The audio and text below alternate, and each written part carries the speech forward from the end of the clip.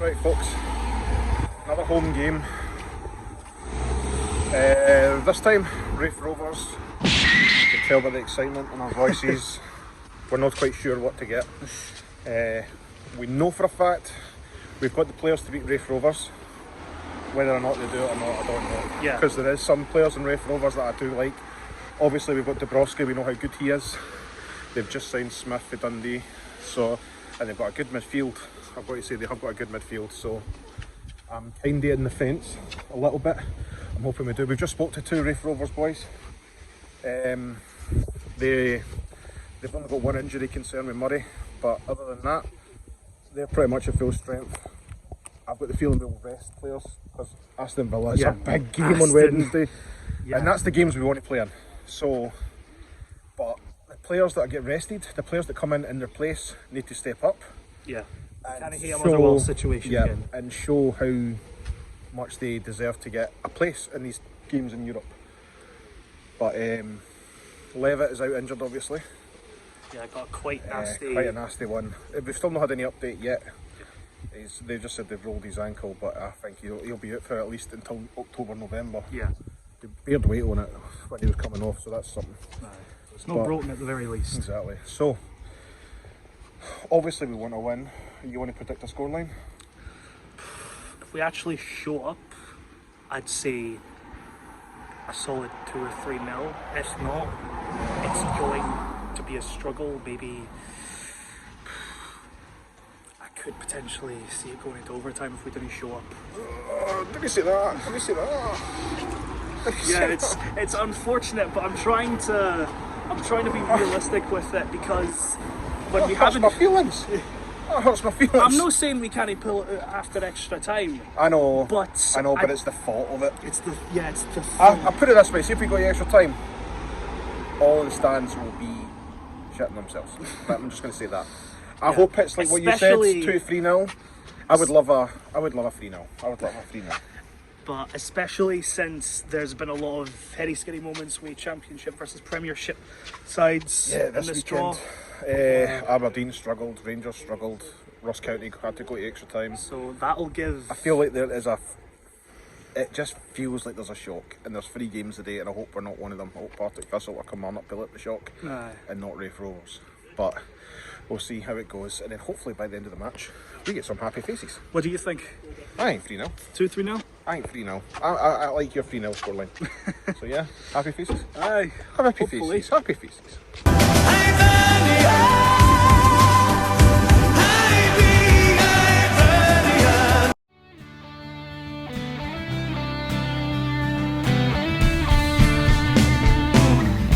Yesterday will let you know your dreams and promises will come and go, and I've been wasting my precious time trying to find some peace of mind. And from the corner of my eye, I see the pain, the can't disguise. And in the moment, you might see that everything is meant to be. I see the rain falling, I feel the pain calling. I'm gonna catch a fire. I see the night falling, I know you come calling. I'm gonna catch a fire. And when you call my name, well, I'll be here every day. And when you hear me, when you're near me, you know I'll catch the flame. Happy faces. Yes. Happy faces. Not without a couple of grimaces though. No, not without a couple of grimaces. Right, before we get into the game, first and foremost, what an away support Raith Rovers brought today. That is, if you take away the Old Firm, Hearts and Aberdeen that come to Easter Road, I guarantee you there's not going to be a better away support coming to Easter Road this season in the Premiership. They're a Championship side with a Premiership support, so as far as I'm concerned, it'd be good to see them come up, especially because the way they play football, they didn't dilly-dally with the ball. It wasn't the anti-fit ball. They tried to come at us, and to be fair, they were very unlucky not to get anything out of that game. Especially during the first half. Yes, first half was horrendous again. I would argue potentially even worse than the Motherwell game. I think it was. I agree with you. I think it's worse than the Motherwell game. I think we went sideways, and then we went backwards. We hardly ever went forwards, and if we did go forwards, the passing was woeful. People would stutter on their runs. Yep. I think Ball control wasn't good. Someone completely whiffed a kick at some Campbell. Campbell Yep, that was completely Campbell. whiffed a kick at one point. Yep, and I thought that was that. Well, that's just the first half, innit? So, but Raith Rovers were very unlucky. They had a load of chances. They were undoubtedly the better side that half. I think they had better chances, but I don't think they were the better team, if that makes sense. I think we had more of the ball, but we done nothing with it. They done less with they had less of the ball, but done much more with it. So I think they were more dangerous, if that makes sense. Yeah. Do you know what I mean? But they never took any of their chances, thankfully. So the first half was done, and to me, I would go as far as say I only think Megwa and Harbottle was the only two with pass marks in that first half.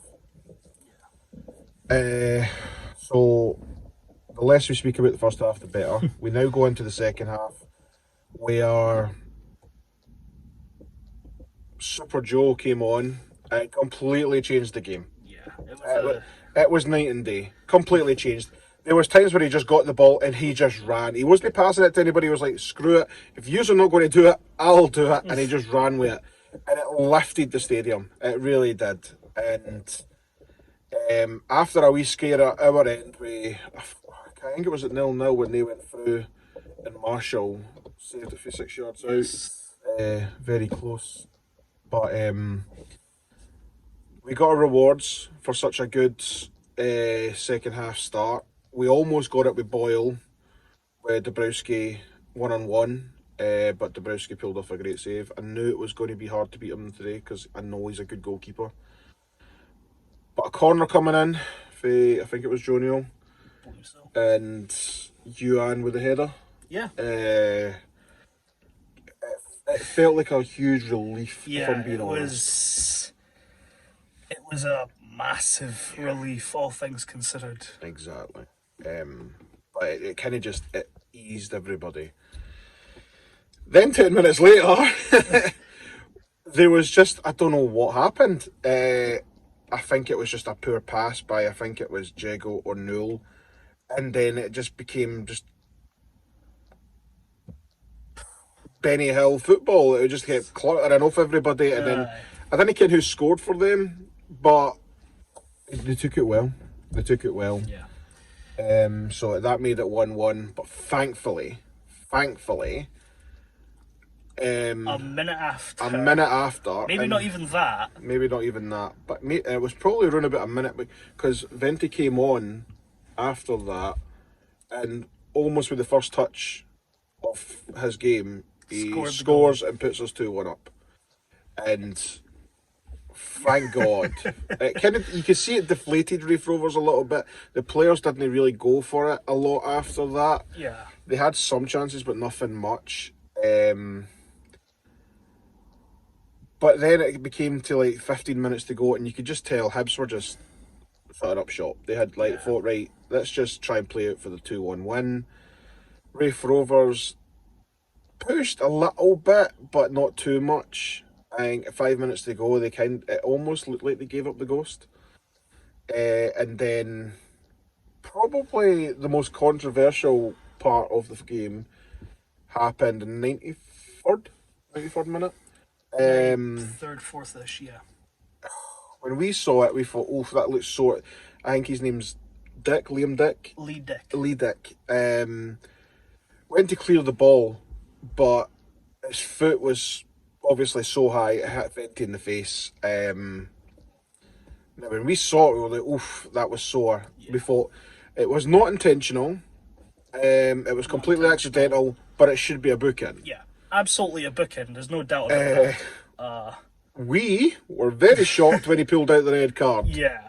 So I feel sorry for the Raith Rovers players and fans. I felt that was a bit harsh. I don't feel like it was a red. It was. I definitely felt it was a harsh decision because there was no malice. I'm not even sure they knew that Vente was running in for it. But he did still catch him. It is still a booking. I don't think there was any malicious intent toward the red, though. You could clearly see straight afterwards. He knew he'd done so. He knew he made a mistake. There was no like. Even he knew.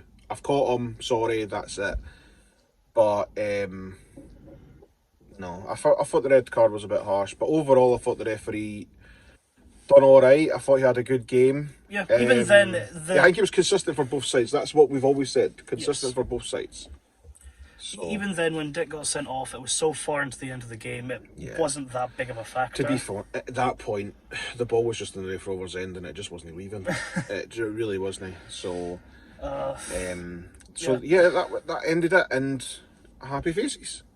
We finally got a win in the domestic side of things this season. We're still struggling with first half. Yeah, this is the third domestic game. We've played St Mirren, Motherwell, and now Raith Rovers, and we cannot score a goal in the first half. Granted, we're not playing in the first half. Yeah, granted. That's all 3 times we played Shocker in the first half. But we still managed to pull out a win, and the draw's been made. Did Celtic get beat? Yes. They got beat. So Celtic so are they're out. the shock of the day. So we did say that at the beginning of the day. It's just felt like there's going to be a shock at some point, and there was only 3 matches left, so it was either going to be Hearts, Hibs, or Celtic that would get put out the day, I felt. Yeah. Thankfully it wasn't us. Thankfully it was Celtic. So Celtic are now out. Yeah. I believe it was 2-0 Kilmarnock by the end of the match. Was it 2-0?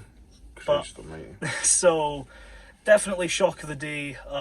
Yep. Hearts got through, unfortunately, but they had their 12th man on, so it was going to be quite difficult. They had beaten for a referee, so anytime they've got beaten for a referee, you know they're going to get something. Yeah. But the main thing is we won. That was the main thing. The draw's been made. We're through to play St Mirren at home. A little bit of redemption time in September. Let's not have a repeat. No. Let's not be singing "It's Happening Again." Yeah. So that needs to change. So quarter-final time, St Mirren, a winnable tie, but also a very losable tie. So So we'll wait and see how it plays out. But overall, I think first half, Meg won Hardbottle, done really well. I think Hardbottle done brilliantly the whole way through. But I feel man of the match wise, it's an odd one because he only played half of the game. But I feel Super Joe Newell. He came on and completely changed the mentality of the team. Yeah. So for me, he was man of the match. I think Youan got man of the match in the real one. Is there anybody would you agree, or would you change anything? Or?